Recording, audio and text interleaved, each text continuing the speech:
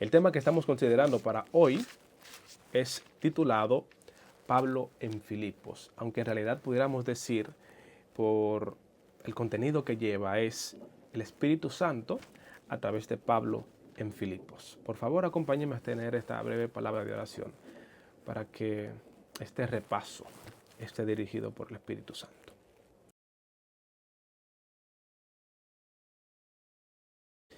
Gracias porque nos has bendecido, Señor, durante toda esta semana. Permite que podamos, Señor, llegar a comprender a plenitud tu santa palabra y que a la vez la podamos aplicar. Tú nos has hecho llamados. Permítenos responder como Isaías, responder como Pablo, responder como Samuel. Y que a donde sea nos envíes, podamos rechazar nuestros gustos y comodidades para ajustarnos al llamado que nos has hecho. Oramos en el nombre de Jesús. Amén. Quiero que me acompañes al capítulo 16 y solamente nos vamos a centrar en los versos 9 y 12 del libro Hechos. Por favor, toma tu Biblia porque es importante que en este proceso estudiantil tú continúes, tú me des seguimiento, ¿no?, al estudio de la Biblia. Tengas tu Biblia en tu mano, ¿verdad? En esta sección encontramos en el verso 9 que el verso indica que durante la noche Pablo tuvo una visión en la que un hombre de Macedonia le indicó: pasa a Macedonia y ayúdanos. El texto bíblico enfatiza que el hombre rogaba en la visión. Entonces en el verso 12 dice: de allí a los Filipos, de allí fuimos a los Filipos, que es una colonia romana y la ciudad principal de Macedonia. Eso es Pablo hablando o relatando lo acontecido.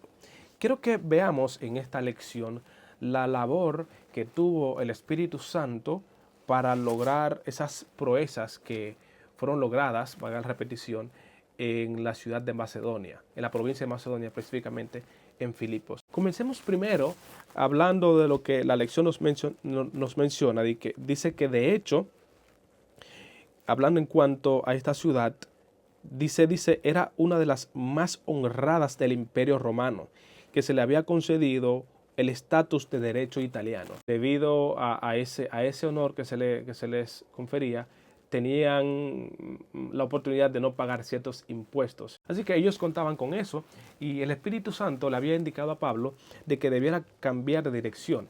Y lo que nosotros pudiéramos ver en ese entorno, en el desarrollo de esta lección, es la sabiduría del Espíritu Santo al hacer esa indicación. Y también, aparte de la sabiduría del Espíritu Santo, ver nosotros la capacidad que tuvo Pablo de escuchar la orientación. Pablo y sus amigos, ellos escucharon la orientación y fueron en la dirección que el Espíritu Santo estaba pidiendo. Si nosotros analizamos de manera geográfica, pudiéramos decir que el Espíritu Santo utilizó la misma estrategia que usó en el Antiguo Testamento. Y me explico de manera llana y rápida porque no tenemos todo el tiempo, ¿no? Pero Dios sacó a Israel de Egipto. De hace mucho tiempo ya se había prometido que iban a estar en Canaán. Y la razón por la cual Dios quería que su pueblo morara en Canaán, aparte de que era una tierra que fluye leche y miel, era que en sí, en Canaán, cohabitaban muchas naciones. Esas naciones, Canaán, el Gereseo, el Jebuseo, el Amorreo, el Eteo, eran naciones que estaban en un proceso judicial que tardó un conjunto de años, 400 y más años. Entonces, esos años eran oportunidades de arrepentimiento. Y Dios tenía que enviar a su pueblo allí para que su pueblo predicara el evangelio, o sea, diera a conocer las virtudes del Dios que creó los cielos y la tierra. Y también, si Dios lograba que su nación, que su pueblo llegara allí y extendiera el mensaje, como Canaán era un pueblo que tenía muchas facilidades de comercio y otras naciones fuera de ellas las visitaba, entonces esas naciones iban a obtener el mensaje y la palabra de Dios se iba a extender a diferentes naciones. Esa es la estrategia que Dios quería utilizar y por eso envió su Espíritu Santo para que pudiera llegar el mensaje allá. Ahora, en el Nuevo Testamento estamos viendo a Filipos, que es de Macedonia, que es Macedonia, un pueblo europeo, ¿no? Italia. Entonces, Dios utiliza esa misma estrategia y nosotros queremos verlo aquí en esta lección cuando indica en cuanto a la importancia que tenía Filipo, la influencia que tenía. Dice aquí, por ejemplo, en el segundo párrafo, el establecimiento de una importante presencia cristiana allí permitió a la iglesia de Filipos llevar el evangelio a muchas otras ciudades cercanas, como Anfípolis, Apolonia, Tesalónica y también Berea. Pero, ¿qué es lo que nosotros queremos resaltar en esta lección tan importante? En primer lugar, que el Espíritu Santo tiene una visión, tiene una idea, tiene un propósito. Pero ese propósito no se logra si el ente llamado no se dispone a aceptar la visión que el Espíritu Santo le quiere colocar. O sea, Pablo tenía el interés de ir a Asia Menor, pero el Espíritu dijo, no, Asia Menor no, es aquí que te queremos. ¿Y cuál es el resultado? El resultado del llamado es que el ente acepta el llamado a predicar donde el Espíritu Santo le ha llamado. Y es algo que usted y yo nos cuesta entender y aceptar. Que a veces nosotros tenemos ideas que no están ajustadas a las ideas del Espíritu Santo. Los llamados a veces no son a los sitios donde nosotros quisiéramos ir, a los sitios donde quisiéramos disfrutar, ¿no? Y eso le sucedió a Pablo. Nadie quiere predicar en una cárcel. Bueno, pocas personas no quieren predicar en una cárcel. Pero Pablo estaba en una cárcel. El Espíritu Santo permitió que estuviera en una cárcel. Y eso se parece mucho a la situación de Jesús. Dice el capítulo 4 de Mateo que cuando Jesús hubo estado preparado, que fue bautizado, que el Espíritu descendió sobre él, el Espíritu mismo lo llevó al desierto. O sea, un desierto, o sea, no es un sitio cómodo, pero el Espíritu Santo lo llevó. ¿Y por qué lo llevó para allá? Para ser tentado. Y en la tentación iba a glorificar a Dios. En un ambiente tan hostil, le tocaba dar gloria a Dios. A nosotros también se nos ha llamado, en ocasiones se nos va a llamar también, a que seamos testigos de Dios, aunque seamos ejemplos para las personas en ambientes hostiles. Y la lección inicia hablando de un pastor que fue apresado, o sea, la lección general.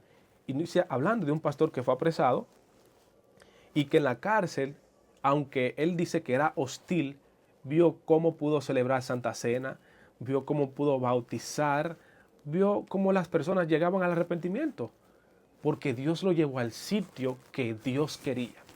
Ojalá que al final de esta lección usted y yo entendamos que Dios tiene una misión para nosotros, pero esa misión no siempre se va a ajustar a nuestros deseos.